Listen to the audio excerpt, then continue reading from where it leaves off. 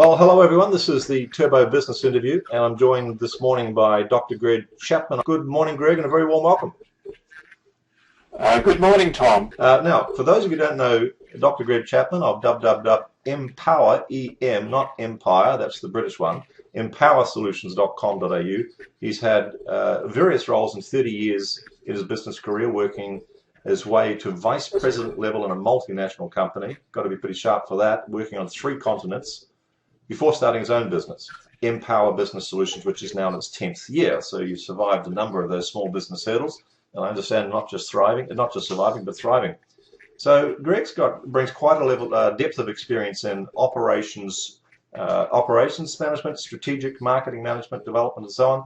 His current role is to advise small business owners who are sick and tired of being small.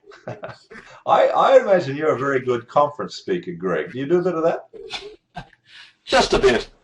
You've got all these really cool expressions, which, you go, oh, that's clever. Okay, let me get on with a couple more.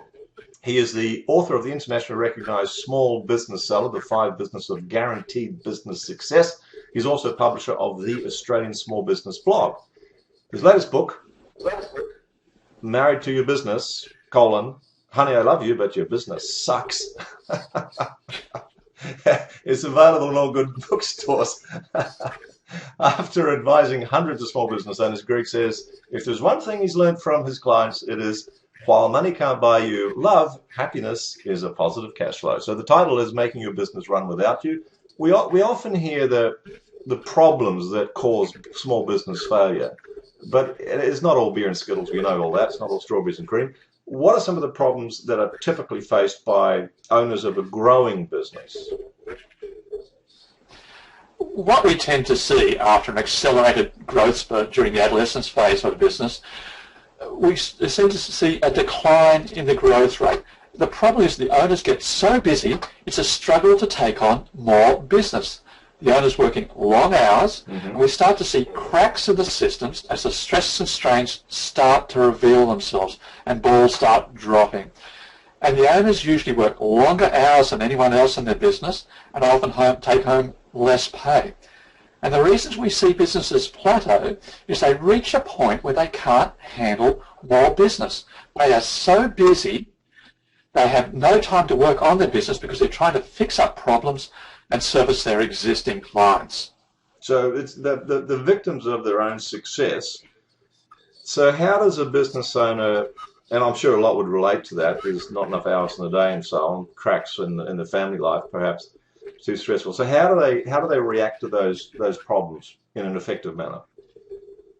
Well, what can happen with such stresses and strains in the business, that owners take a conscious decision to actually let the business shrink to a more manageable size. Interesting. They realize they can't provide the level of service they feel they should when they're so busy, so they tend to wind it back a little to get a bit of work-life balance back and aim for quality, not quantity. Okay, so part of the cure, I suppose, is in some of the causes, understanding the causes. We've talked a bit about the business owner getting out of time, not being able to take on more clients. Are there other causes as well that cause the slowing of growth in the business, other than the constraint of the business owner's time? The reason they slow down, Tom, is because they are running a bigger business with the same systems they were using when they were much smaller. And what is okay when you're small becomes an obstacle to growth as you grow. And as a result of a lack of systems, the owner is unable to effectively delegate without losing control. So they become a bottleneck for all decisions, major and minor. So staff get frustrated because they're not empowered. And when the manager does let go, mistakes happen, so the owners end up becoming micromanagers. Right. So they want to pull everything back in. My rough rule of thumb is that someone else can do it 70% as well as me. They're welcome to do it, sort of thing. Okay, we've got 2 minutes left, and I've got one more question for you. I want to spend a little bit of time on this one. What are some of the more specific strategies that a business owner can use to actually make their business less dependent on themselves? To overcome the growth obstacle, usually themselves, owners need to build a business management system which will enable them to delegate but feel still as if they're in control.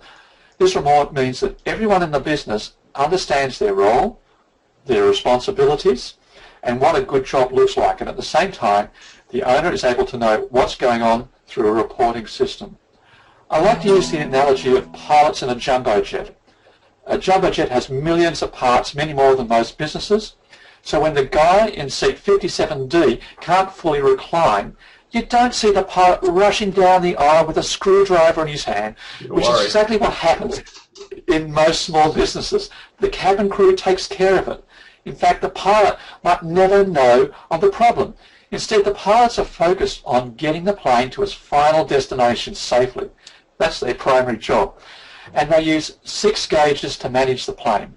Gauges such as altitude, airspeed, and attitude. And if the altitude does drop down, obviously there's something the pilot should know about, they can drill down into the reporting system to find out which one of the many factors has caused it so they can take the right action. And this is what business owners need to implement in order to fully remove the growth obstacle so they can focus on the things that are important and are confident that everything else is being taken care of.